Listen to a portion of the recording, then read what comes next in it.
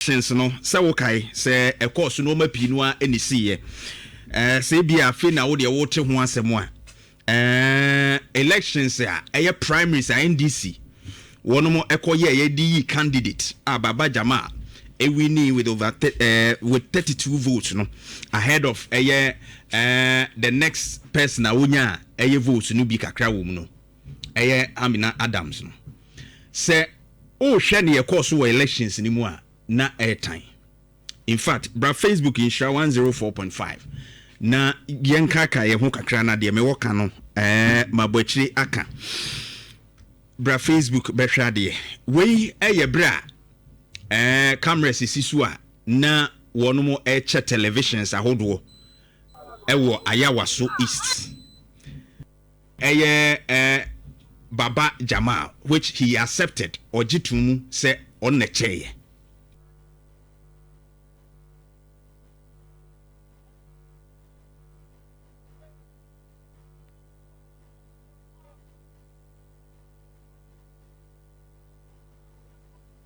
Nhyira fan.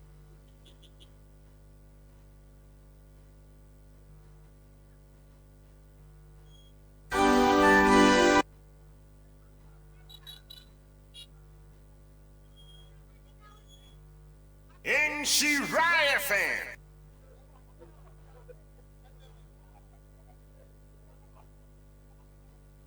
Enti we bra ye che televisions no. Na the other side nso a enkusua nyina ye che. And the allegations nso a eba say motorbikes nyina na che say ebinumo che fam ni other items ya eko eni sika cash. I the ma delegates da ye to aba voting day no.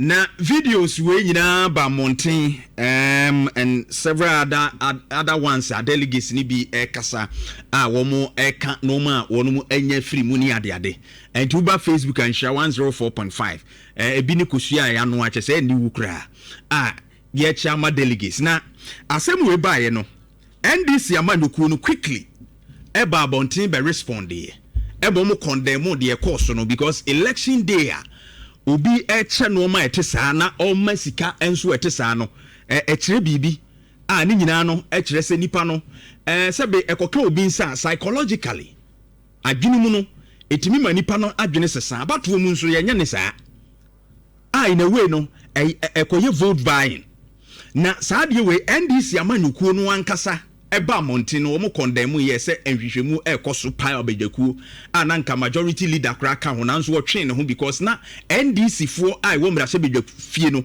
majority fo no e de krata aba mountain se abato no NDC amanyuku no mu ntwa saa primaries ni mu na ye nto ne foforo ne mpokura omo a ejina mu omo tuatua sika e ma hye amanfo kutupa no eye vote buying no nke ye ma omo nyai se omo contest bi mu ejekoba asa na majority leader no a ono kasa akokoso no ebe den se obetumi atena committee na ye nhwehwemu no so nti wotwe ne ho e ma wo mo di nipa foforo ebehye mu na committee no aye na dwuma wie e de wono mo recommendations ensusanso akoma NDC amanyuku no ebenimfo enra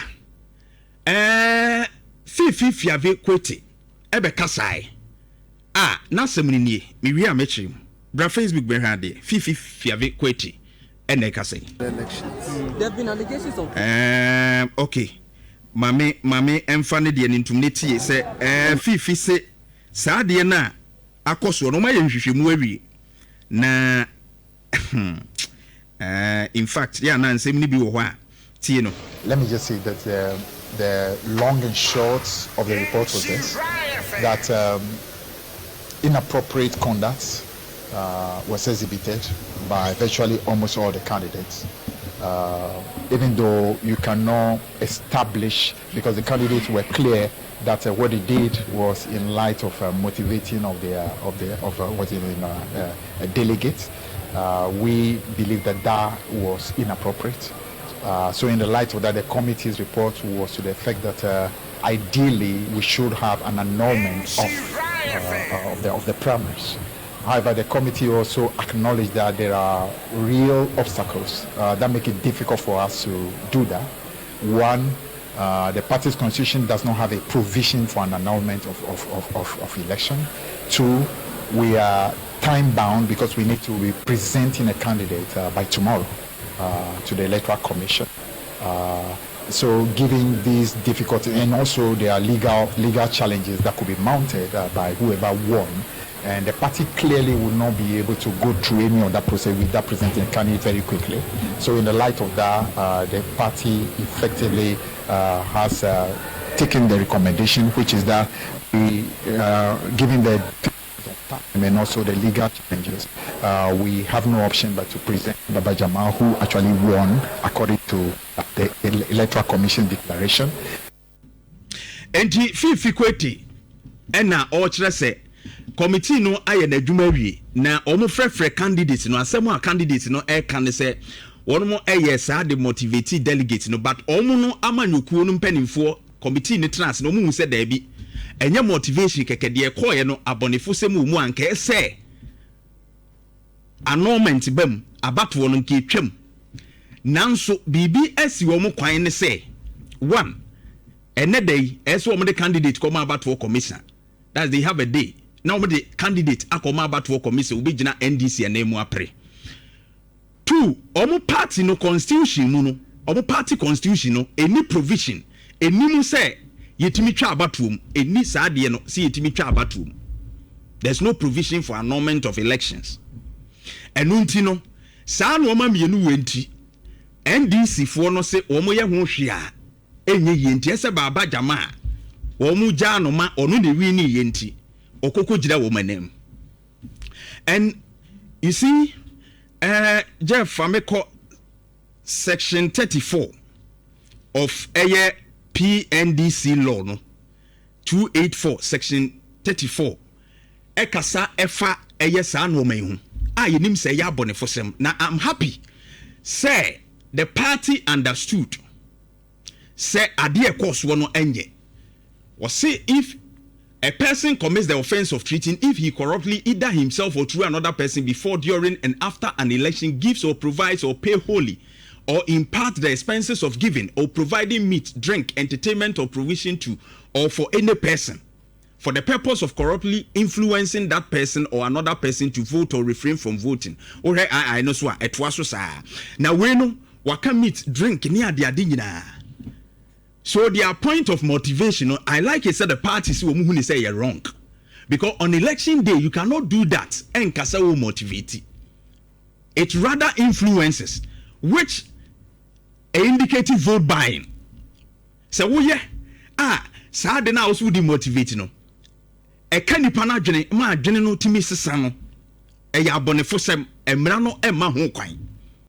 And the NDC acknowledges this. But Oma sem ne say yenim na wo NDC party mramu a ekye say abatowo yetwam. De bia na meka wo say on say the MPP the NDC abonefo sem ebekọ a ebefa party ho no yedwene party ho chain Ghana. So me can say saa de we started from baby. Akoso yenye ho hwe. Bankana me hwe say reset na ye ka ho asem no. The reset would have started from this time. Reset na ye ka ho asem no. Enki ebenya scapegoats bia ebe hyase afiri saa bere. Ne ehu se amanyokuo bi kura nya akukuduro. Ejire mu edi saa adwuma no. Enso mo se ebi emre bia ni ho e wa amanyokuo ni mu a ese wo mutimi etwa batuo ni. Me bi se wo emre bia nso ni ho a etwa se yegina so etwe saa nipa kro no aso ana se omo ye saa na so. You see, NDC any MPP political parties na wo oman we mu no. Those political parties omo nyine oman no hu asin se ye bebo oman no emra ho ban. Ene oman ni ye die ho ban. That is what I see. Omo nyina eyobia interest because we need to present a candidate no matter boni and waye. and the majority caucus in parliament a omo ye NDC fo hu say saa de na akoso no de time eni si ema say nipa we kwan ma obewura mrahye bedwafie na ye ni wusem because want me have way by buying votes na ka bi mamin ka bi na ye say practice na ne say but we de fifi kwete epeso wo kire no general secretary of the NDC peso wo kire ne say ye hu se nipa no we di bone de ye hu se nipa no bi a sebe ne hu ofin de nanso yemfa ne nko wuram because party no ntimi risk saa and enya ko wie say ba wo hwe ye mra musu a ema kwan se wo mo ato aba wo constituency wo no se party na anya hwe so a wo betumi atu anamo but why I'm disappointed e was ade we ni say NDC quickly statement amu release and be 3 hours 4 hours kra sa ade ni sisi na mu release statement tini ani da so say bibi pa bi betumi akoso and munim samu ntimi nya ho hwe ba krokro the John a release statement say Ghana fo be hu samu be ye bibi at the end of the day why krokro the John adanko that day knowing that in your party constitution you don't have provisions and when the betwe aso be ye bibia it is a statement na mu release ye fifi na mu release si anya ne dan na mu release si anya ne dan interest mu ni hwe ya wo ho but we had that release statement and now we condemned it, we do this, we do that, we have set a committee no almost set a cry day because already you know you don't have provisions in your constitution as a party executive, as a general secretary, you know the provisions there to move waste your time said this is shameful and this is bad. Yebeso so wesua na no de presidential primaries MPP de vote buying near ton crofo adwene say yense san ba dimiti ne yenya nkrofo a wo mo enye corrupt yenya nkrofo a wo mo huso nkogura mrahye bedwafie yenya wo mo wo sika ene sika na de nipa wini elections wo mo wo sika yenya wo mo e wotema ene yenya wo mo e do man nankasa but ye wo mo wo sika it will contrast no say sika say ya na so wo wia wo man no ebeden yetimi akoyanim. How can we reset with this attitude wa bra yen start wo baby enti enkoso nkosi da ben now I'm only praying senka one of the constituents voters na wo ho no omo eligible voters no will be betumi dia court will be betumi dia court say about wo na ekoso because mene a lawyer for ni bi kasa ya na me bisa wo mo enchirase no mo kire say obi a otumi to aba wo constituency wo etimi the court within 21 days no about wo no be ka ho asem no wo mutumi the court. I'm only hoping parliamentary elections be call high court by registered voter our constituency wo and our candidates for ni bia ofin say e bi obi tue sky ye vote by ye no ma bi ensem fatante ma o no lusu ye obetumi dia ko enti sa no ma me hwese constituency wonka wo mo a ewo ho ni bi citizens ni bi etimi to abama na ye no e dia asem we be court na nke etimi ahyase afiri baabi apa ne hye nkrofo ye sei no adai and then see so sa no ma we so ankonko si da ben. I'm happy so OSP so wo so ye hwehwemu and account mandate hu ye kokosi ase and sad way evidence videos bibia na nam ho a e kire se wono e che no ma OSP you have the power to investigate this. Me I'm highly disappointed. I'm highly disappointed. What the course one. If no citizen will file, legible voter be will file at the court. Said the lawyer for natural Matias. Mimi tia me to me becoming trouble or more trouble or none a bit mediaco. A petition court no and a candidate or more ye a petition high court. So mean to me found qua OSB Muno Yako see us here. Na evidence wo nyina gada ne yen hyase mfiri baabi ntwiaso na kwet se wo mu we sika nko a etimi chiche sika no e na ko wura parliament ye mise baabi o munya sika ne firi no ɔma sika na to vote na okowura hɔ a yɛma no contract no wawie mu sika kyɛ sɛ ɔnkɔyɛ wei no wadi mu sika corruption ko a. I'm disappointed in the approach of the NDC towards this particular incident. Eugene, good morning.